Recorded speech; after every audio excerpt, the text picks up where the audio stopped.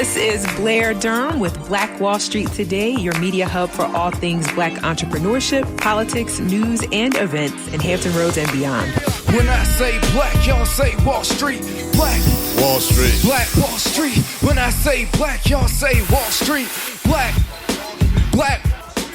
Good afternoon and welcome to the 17th edition of Black Wall Street Today, where we'll focus on leadership and endurance in entrepreneurship. It's always a blessing to share with you, and I want to invite you to continue the conversation with us online at Black Wall Street Today on Facebook and Instagram, and at BWS Today on Twitter. We're always looking for innovative perspectives that will empower us in our entrepreneurial journey. So if you're interested in a feature, you can reach out to us directly at blair@blackbrand.biz or visit our website, www.blackwallstreet.today, and submit your information. Coming up this weekend, if you're tuning in from the Hampton Roads, Virginia area, our first networking brunch and learn of the year, featuring great eats at the delicious Cutlass Grill in Chesapeake, Virginia, and a continued focus on leadership. Join us from 11 to 1 at 805 North Battlefield Boulevard. Get your networking pass at janbrunchandlearn.eventbrite.com, and stay tuned as we will be joined later in the show by one of our event facilitators, Angela Hollowell, who will share on what leadership means to you in your business. Join us tomorrow night as well for Sip and Taste at Supper, a new networking event at the Wonderful Supper restaurant on 21st Street in Norfolk, owned by the prominent Dr. Keith Newby, 5 to 7 p.m. tomorrow night. Look forward to seeing you there. First up is part 3 of our 5-part series on stocks and entrepreneurship with Hampton University alum, Mr. J.R. Fenwick, founder and CEO of FlipThatStock.com, and award-winning author of How I Quit My $100,000 a Year Job. J.R., welcome back to the show. Hey, great to be back. How you doing? It's great to have you. We've covered so much ground in the world of stocks and entrepreneurship. I want to thank you for this content. Our listeners are happy. I'm excited. Thank you. I've enjoyed it. And each week I like to just keep building on what we're talking about, just help educate people, make them aware, and eventually push people to activity. You know, it's not just getting the knowledge. And they say knowledge is power, but it's really acting on the knowledge. That's where the power comes from. So I love doing it. I think that's great. Before we get into it, can you share with our listening audience, which includes listeners actually from all over the world via iHeartRadio, where can they find you for one of your upcoming seminars via your Black Wall Street movement? Yeah, so they can go to live, L-I-V-E, seminarregistration.com, liveseminarregistration.com. That's where we update all our upcoming seminars. Okay. And interestingly enough, since we started this movement, our last 2 seminars have been so sold out. It's been incredible. Over 500 people registered. Wow. And growing as we do this across the country. So, and remind us again what that movement is. 1,000 new. What is it? Yeah. So what our goal is this year in 2019 is to educate, teach 1,000 new stock traders. Take people who are beginners. You don't have to know anything about the stock market. We start you at ground zero and teach you and show you and build you up to the point where you're self-sufficient and able to go into the stock market and buy and sell stocks and trade stocks as well as invest in stocks, which, as we spoke before, is holding stocks for a longer period of time. So that's our goal, just to get our folks involved in it, get us to understand the process and actively get involved in it. And a lot of people want to know. They just thought it was too complicated, or a lot of other myths that we'll probably get into today that we're going to bust. Wonderful movement. I'm excited to be a part of it. So why should I actively participate in the stock market? Give me some context. The reason you should actively participate in it is because whether you're actively participating in it or not, it's affecting you. Every day the stock market affects everybody in this country through, a lot of people have 401ks, and the 401ks are based on the stock market and what's happening in the market. So if you don't know how that's really working, you're kind of at a disadvantage. Most people get that 401k statement every few months, and they hope and pray when they open it up that, their portfolio went up, and they're mad if it went down. But they don't understand how it works. So how can you be mad if it went down? And how can you be glad if it went up if you really don't understand how it works and how the market works? The other thing is, and I'm just going to go there. Yeah. We're actively involved in everything else. We're actively involved in sports. We're actively involved in entertainment, right? We're actively involved in talking about, what LeBron is doing and what's going on in this reality TV show. So good, yes. Why are we not actively involved in the most powerful wealth creator ever invented and known to mankind? Wow. I'm just saying. No, go ahead and say it. I love it. So what is it that the wealthy knows about the stock market that perhaps the average person does not? So here's what they know. Number one, they know that it is the biggest wealth creator. And they know that it allows them to get passive income versus active income. So most of us are taught to get active income, which means we go out and we trade our time for money. And I'm not saying there's anything wrong with that, but we definitely want to add on the passive income aspect, which is doing something one time and having the opportunity, not the guarantee, but the opportunity to generate income. So, for example, if you went out and you purchased some shares of stock, right? You did that one time, and the stock starts moving, right? It starts going up, and you start making money. Well, that's passive income. You didn't have to go out and, trade your time or anything every single day for that stock to go up. Got it. So wealthy know that. They also know about ownership. And see, when you purchase stock, you actually are buying ownership in these companies. And it gives you a different type of confidence. When you can go into an Apple store, the maker of iPhones, and say, hey, I'm one of the owners of that. Right. Microsoft or these other stores. I'm one of the owners of that. You feel different, So these are the type of things that they know. And they also know it gives them power. If you get enough shares in a company, you got the power. You can help shape and mold where that company's going. So this is what they know that the average person doesn't know. What an opportunity. Ladies and gentlemen, if you're just tuning in, this is Black Wall Street Today with Blair Durham. We are having a conversation with J.R. Fenwick, who is the founder and CEO of FlipThatStock.com, part of our actually third installment on our 5-part series on stocks and entrepreneurship. Let's talk about some disadvantages, 2 disadvantages for those who are not involved in the stock market. Well, I see 2 main disadvantages for people who aren't in the stock market. One is that the stock market, the whole purpose of it is you put some money in it with the intention of that money growing. So we say, hey, put your money in and bring back some of your friends. Put $1 in, bring a quarter back, and help your money grow.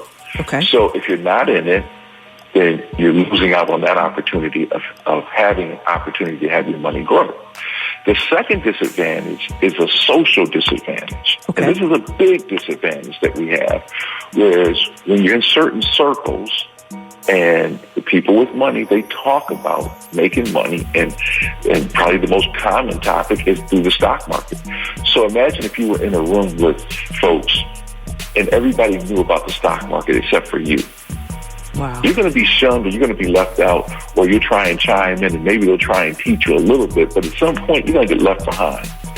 And so those are the 2 big disadvantages I see if you're not in it, not having your money grow, and socially not being able to keep up with what's going on and help, build a better financial future. Wow. It gets me to thinking about why we're not learning these concepts much, much, much, much earlier. The thought that this could be someone's first time hearing this information. It's just it's scary, but, I appreciate your mission. Go ahead. Yeah, I was going to say, it is interesting, and whether that's coordinated or not, I don't know. Right. We could have a whole show on that. We definitely could. But the fact of the matter is that, we're hearing about it now. And so now you have 2 options. One is to do nothing and keep doing what you've been doing. Or 2 is to learn and then act on that knowledge that you're learning and change and get involved. So we still have the opportunity. The market's not going anywhere. So I think a lot of us have heard about the stock market, right? But we are fearful for one reason or another. Let's talk about some of the common myths associated with the stock market. Yeah, I mean, it's interesting because I speak all over the country to thousands of people, and I hear these same things over and over again. One of them is that you got to be rich. That's a rich people's thing, you know. Well, maybe people got rich because they got in the market, right? You know.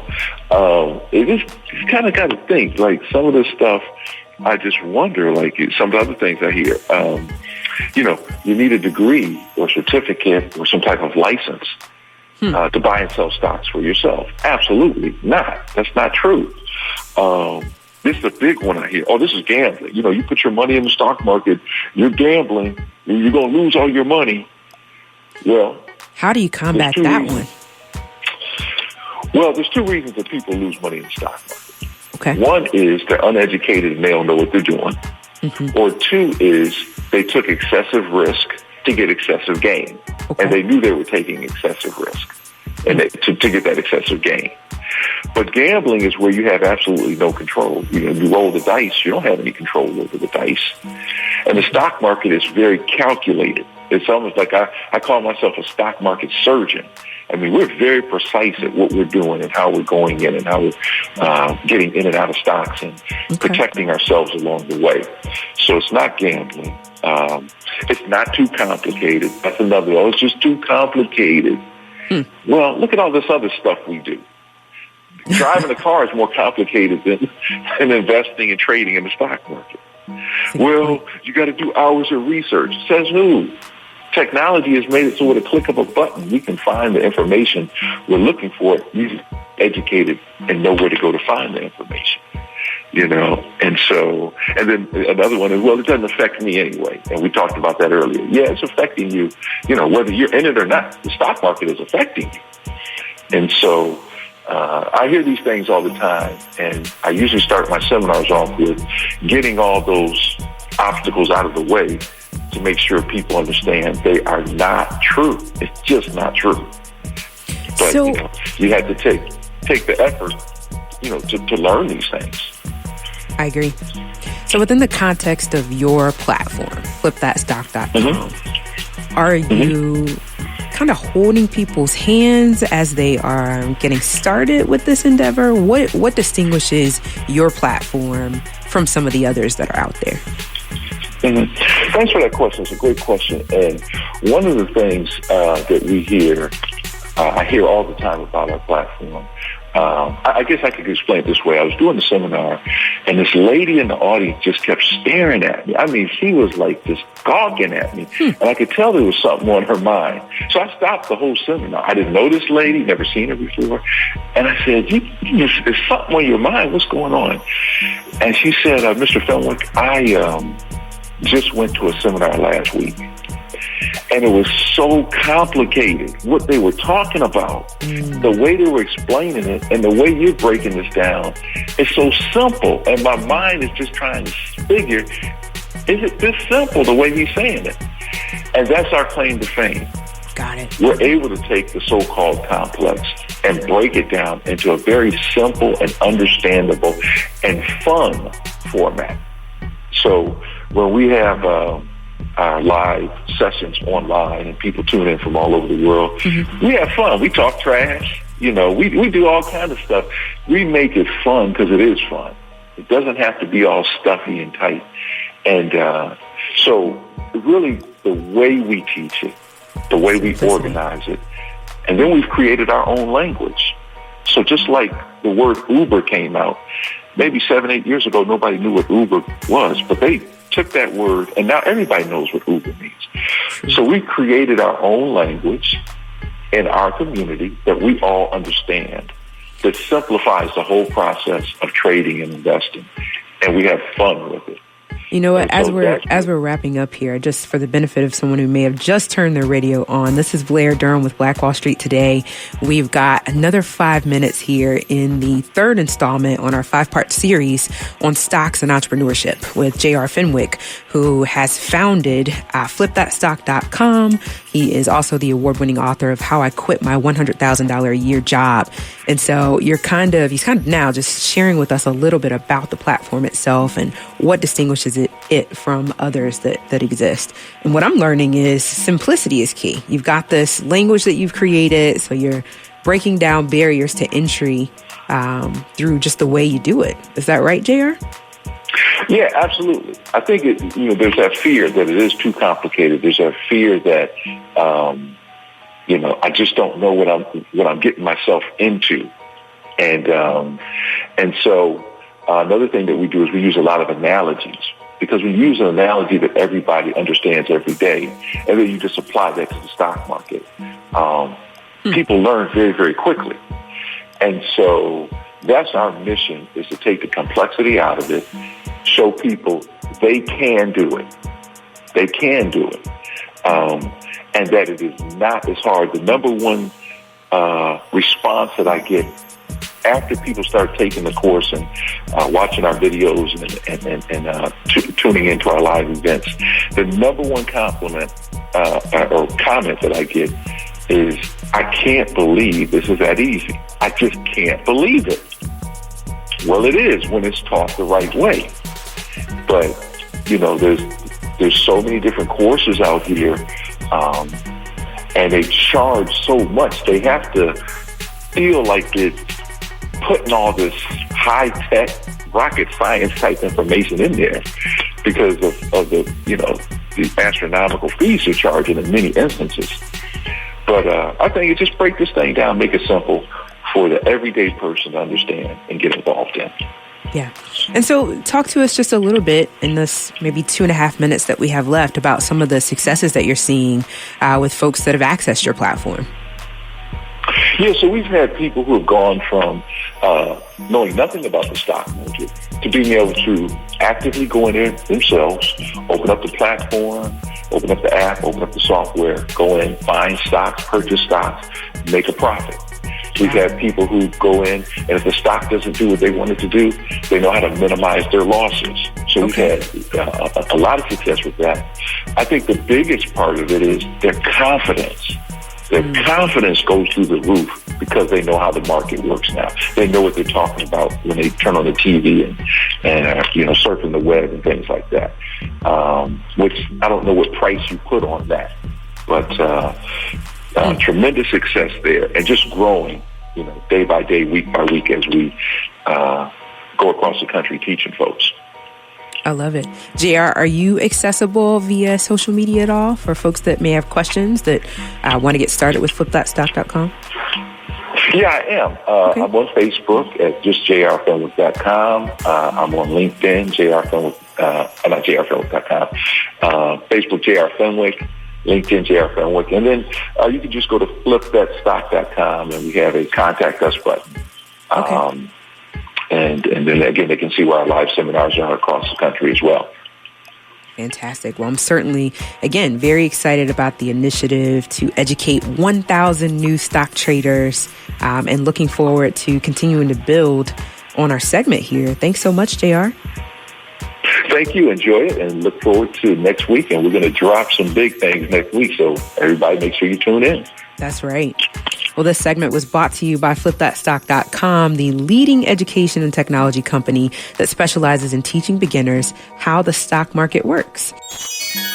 And next up, we are super excited to focus now on leadership for longevity in business. Who better to celebrate with than Gil Bland, the CEO of the Urban League, who's celebrating their 35th anniversary of their upcoming MLK breakfast, and Angela Hollowell, a leading leadership and success coach with Lead, the Success Coach Company. I know that was a mouthful. Welcome. I'm honored to have you both.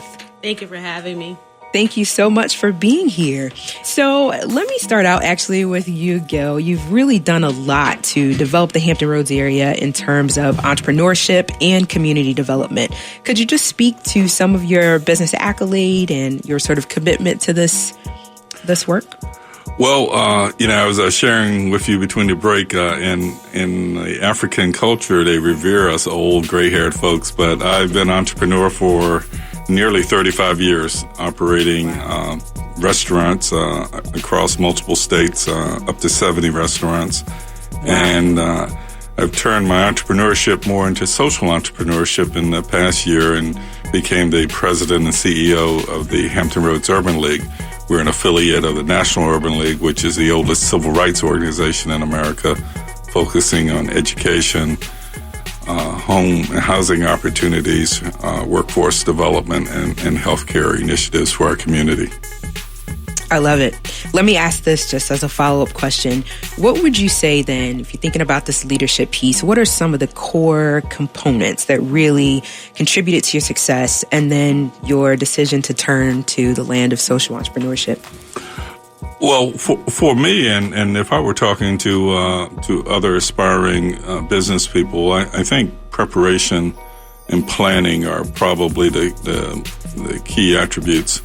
Preparation being education, workforce training, maybe with other organizations before you venture out and invest your own funds. And then the planning is just understanding what the opportunities require. That might be capital, that might be understanding your competition, your location, depending on the type of business, and future opportunities. Because if you're going in with a static approach that what works today will work in the future, that won't happen. When I started the restaurant business, it was unheard of that water would have a price. Now it's standard fare. So it's really again planning and preparation. I love it. In fact, if you're just tuning in, this is Blair Durham with Black Wall Street Today. We're having a conversation now about leadership and longevity in business with Gil Bland, president of the Hampton Roads Urban League, as well as Angela Hollowell of Lead the Success Coach Company. We are going to open up the phone line, 757-727-5711, if you have questions. Angela, what do you see as the leadership component here? We're all building what we hope are going to become sustainable businesses. How do we come to that point where we kind of understand ourselves well enough to build something that will last? What would you say? Blair, that's a phenomenal question. And when I think about individuals and ensuring that you position yourself properly, it's really about starting with understanding yourself, understanding what it is truly that you're purposed to do, and understanding the process that it takes to evolve that. And in many scenarios, we do things for corporate America or other businesses to enhance their dreams and what they're designed to do, utilizing our potential and not really understanding that this is what I was born to do. And certainly I can do it for myself. But as Gil has explained, you have to go through that process of planning it out, not just from the business aspect, but also being able to delve into self. Understanding that full model that's needed within self to grow and become that leader yourself. Can I just point out, incidentally, that you guys have a relationship? Can you say what that is? I just think that's so cool. So I learned as we were waiting to come on that back when I was in high school, wow. I started my career working for Gil.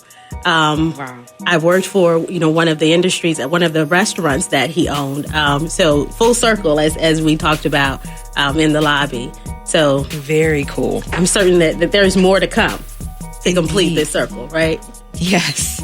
When we're talking about leadership, we're talking about longevity in business. I want to kind of piggyback, though, because I know that, it's the start of 2019. A lot of us are making resolutions. We're thinking about entrepreneurship, perhaps in different ways. Mm-hmm. What needs to be the frame of mind? How do we, because I know a lot of us have already broken those New Year's resolutions, right?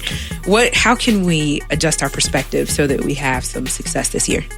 So, Blair, really what we have to do is change our thought process of how we go about this.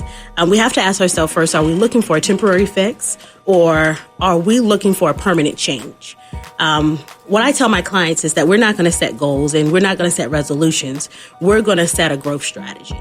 We're going to identify, what is it that we really want to accomplish? Not small scale. We're not going to say, I want to lose weight. We're going to say, I'm looking to be a healthier me. And then what are the actions? Because when we do that New Year's resolution, what we miss is the action component. What are the steps that we have to put in place to accomplish the overall goal? And we'll net the results. We'll net the weight loss. We'll net the better health. So it's really about establishing, again, that growth plan versus that New Year's resolution. Not focusing on the destination, but really focusing on the journey. When we do that goal, once we hit that goal, if I lose that 50 pounds, I go back to eating like I used to eat. And I gain 50 plus 10 because that's how weight loss works, right? Wow. But if I change and grow, it becomes my lifestyle. And now I have a lifelong change versus just 50 pounds. Phenomenal. I'm taking notes, always taking notes during the show. Gil, what would you say? Well, I would just amplify what I was saying earlier. We spent, last year was my first year as CEO of the Urban League, and we spent most of 2018 preparing for what we hope to execute in 2019. An awful lot of planning, doing an environmental scan of what the needs and opportunities were for our community and where we fit into that environmental scan, and also coupling that with the experiences of my own personal life and that of our team members and our collaborative community partners. So for 2019, we're now ready for execution, and we see this as a wonderful opportunity to actually implement that which we planned and prepared for last year. So let me piggyback there as well then. So is this the 35th year of the Urban League in Hampton Roads? It's actually the 41st year. 41st year. This will be the 35th year of the Martin Luther King celebration, which we this year will host at the Ted Constant Center on this upcoming Monday. It's a federal holiday for Dr. King. We celebrate his life and legacy as well as honor community leaders who serve to inspire others. We are pleased. It's a sold-out event, record attendance, and wow. And just very grateful to community and sponsors who support us.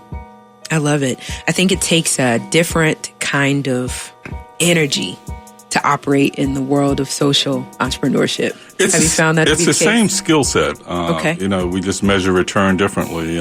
In the private sector, we measure it primarily in monetary return on capital. In the service world, it's return on societal improvement.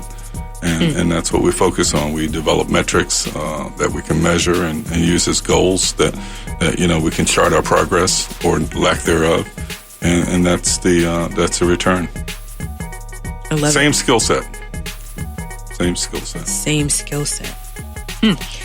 If you're just tuning in, this is Blair Durham with Black Wall Street Today. Our phone lines are open, 757-727-5711. We're talking about leadership. We're talking about longevity. We are sitting with Gil Bland, who is the president of the Urban League Hampton Roads, and Angela Hollowell, who is with Lead, the Success Coach Company, just sharing here some nuggets for hopefully walking into 2019 with a different swagger, as it were. What have you got for us, Angela? So thinking about those tangible steps that we need to take in order to improve our entrepreneurship, what would you say? What I would say is first start with the frame of mind that you don't want to put a lid on your potential. No lid. So whether it's personal or whether it's your business, your lid is where your capacity stops. So the leader dictates how far you can go or how far you can grow. When we start thinking about how we accomplish these things, I would tell you that one, we want to make sure that we learn it. So we want to make sure that we identify the what and the why. There has to be a true why behind what we're trying to accomplish, because without that, we lose the drive. Because motivation gets us going, but persistence and consistency gets us growing. Could you say that again? Absolutely. Write that one down. Absolutely. So it's the motivation that gets us going. I get excited about this is what I want to do, but it's that consistency, that discipline that keeps us growing. And that's really where we have to get to, the growth portion. We get on our journeys and we want to accomplish something and we identify it's not easy. It's taken a really long time. We begin to quit. We have to trust the process. So again, we learn it, identify the what, identify the why, and truly have an understanding behind those things. And then put those components in place to develop an action plan. You know, Gil talked about 2018. They spent that time building a plan. We missed that step. Always. We missed the planning step. How am I actually going to get there? You know, what's the GPS steps? And then after that, lead it. So he also talked about the results. You know, they put in measurables to identify, how am I doing? Mm-hmm. What are the true results? And then the key is understanding that as I go through that process, that learning, living it, and leading it, others are watching. In everything that we do, we lead someone else. So leadership's not really optional. It's not. Blair, I would add, I often sign letters in the village, and it's borrowing a oft-used concept that speaks to community. But I think whether it's private sector or in the social service environment, those who are willing to seek collaboration and work with others, learn with others, share with others, whether that's your own team members in your own organization or that of other community organizations, or, you know, frankly, in the private sector, communicating with banks, consultants, all of those suppliers that, you know, that's a full, open communication relationship. Even when you hit obstacles, if you're communicating on the front end, you're more likely to get ahead. There's no business person or few business people that can honestly say that it was smooth sailing all the time. And it's when you have those partnerships and collaborations to lean upon, to learn from, and to, frankly, bail you out at times, that there's a greater opportunity for success. I love that level of transparency, especially when you say to expect obstacles.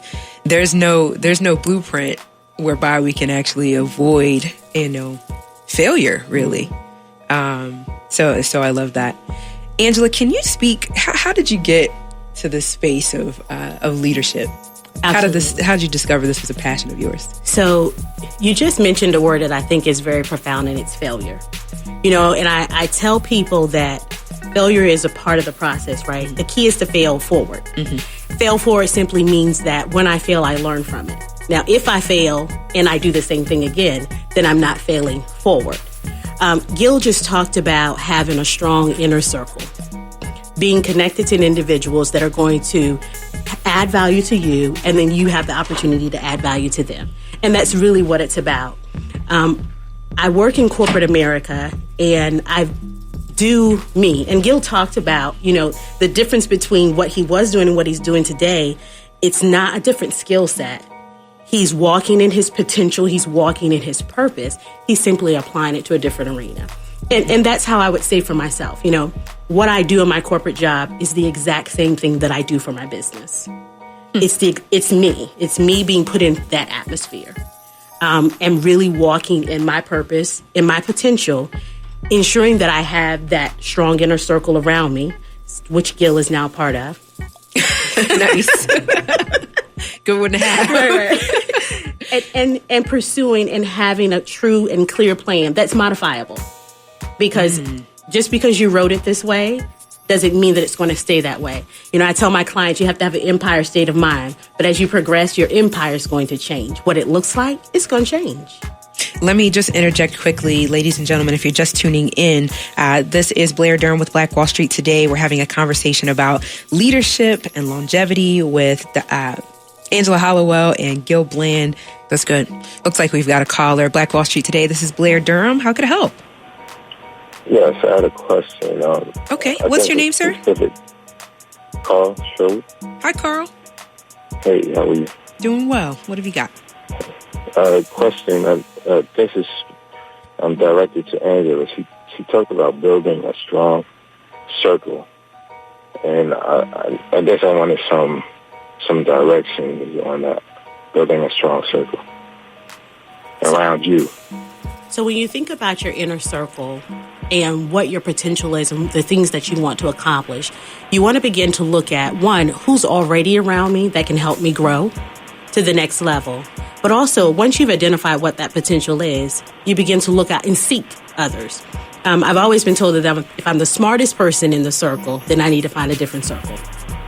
So the need is to begin to go out and look at who can I find, who can I interact with, go to different networking opportunities, capitalize on those happenstances. You know, I didn't know that I was going to meet Gil today, but I've met Gil today, and I'm going to ensure that he's a part of my inner circle because he has value to add. So it's ensuring that also that you understand what the value add is that the individuals have.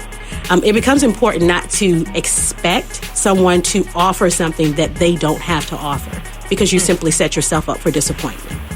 That's good. What would you add? Carl, this is Gil, and I would add, I started my career as a banker, and one of the first pieces of advice was if you're building a company and you and your partner have both the same skill set or the same tools, then one of you is unnecessary.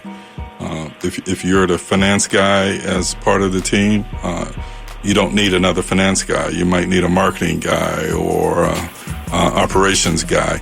And similarly, once you step outside of your company and seek community assistance or technical assistance, be willing to hire or link up with those who have already walked the path that you're hoping to traverse.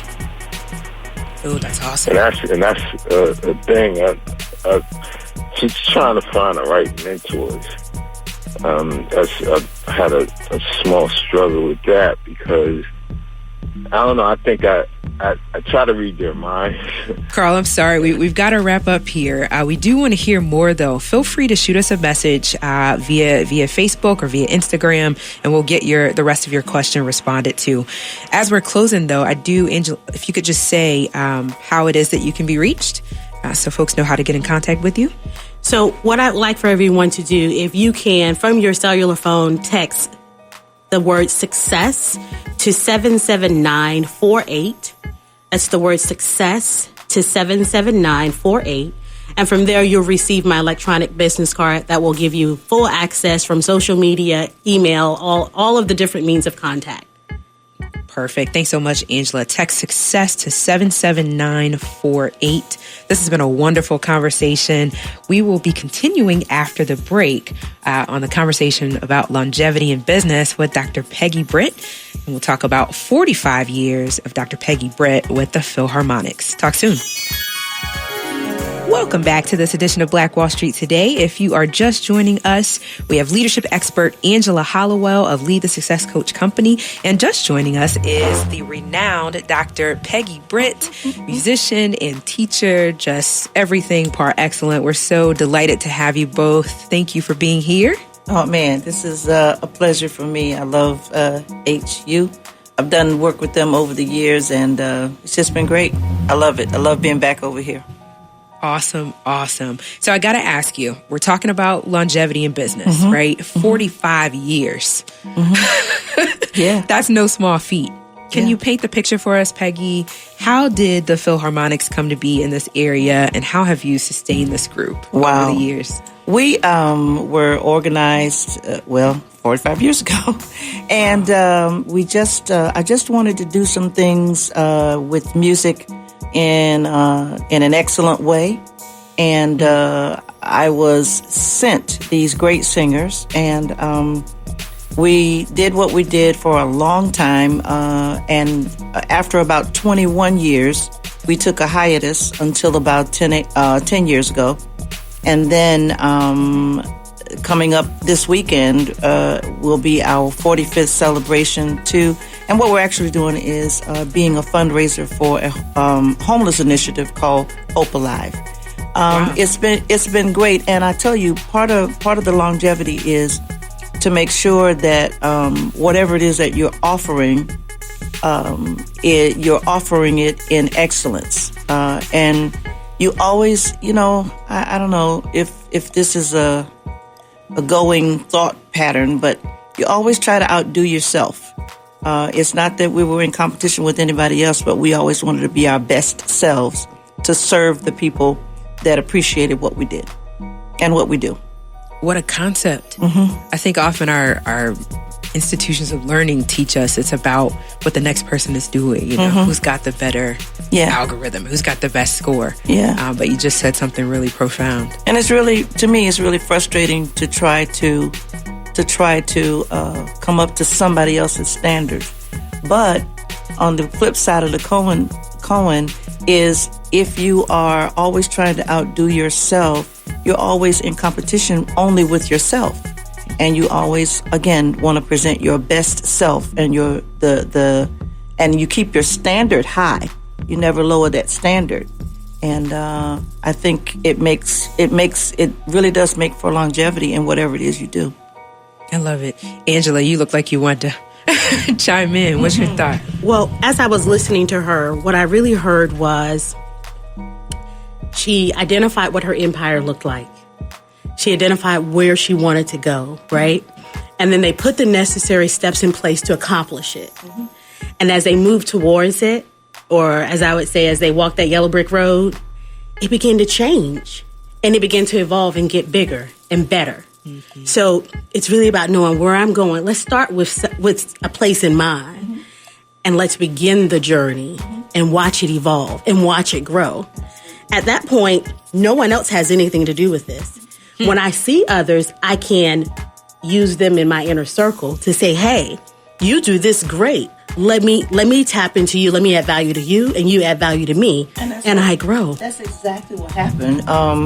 When I say these other singers were sent to me, that's exactly what happened. You put it so beautifully. They came into my circle and added to me what I needed for the vision that I had, where I was going, and they were able to align with that, and just became a part of this big thing called the Philharmonic Gospel Singers, which I love with all of my heart, and just went down that yellow brick road with them. Beautiful story. So, and this is a tough part, because we all get there, that space of, oh my goodness, this is too difficult. I am fatigued, that inevitable rift, even when the folks have been sent to you. There could still be a rift that happens. Can I tell you yesterday? That's what I'm saying. Bring that real. What is it that allows us to push beyond that moment? Absolutely. I think it's vision. I think it's tenacity. I think it's determination. I think it's this is bigger than me, so I have to keep pursuing it. Because if I pay attention to myself, I'll give up, I'll turn around, I'll walk away, but I'm not. That over there is too big and too important for me to accomplish, for me to give up. And, there are three parts of my passion that comes in waves. It's music, it's ministry, and it's money. Because I am a pastor of a small church in Portsmouth, Virginia. I am the founder of the Philharmonic Gospel Singers, and I'm also working with a financial firm that helps families solve their financial issues and takes them into their financial independence. And so these three things go in waves, sometimes simultaneously, sometimes one over the other. But all of that's part of my passion, and all of that's part of my drive. And in either one of those arenas, I have felt like that. This is too hard. I can't do it. I know they did it, but can I do it? And start questioning myself. So the key is having that vision that's larger than you. Absolutely. And a purpose that's larger than me. 1 minute. My producer is right here. Closing thoughts, Angela.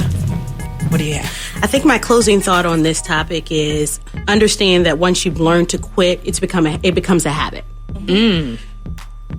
Say that. Individuals that are successful do what they don't feel like doing until they feel like doing it.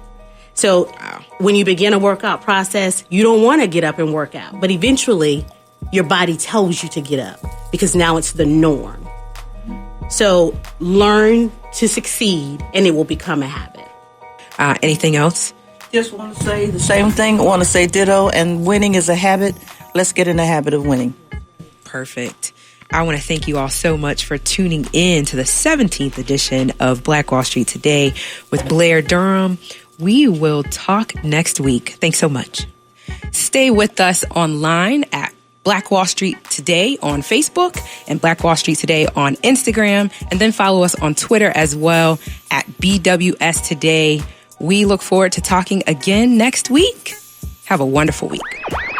I have said and I will continue to say that the most important priority for the Black community is the Black community, not a particular political party.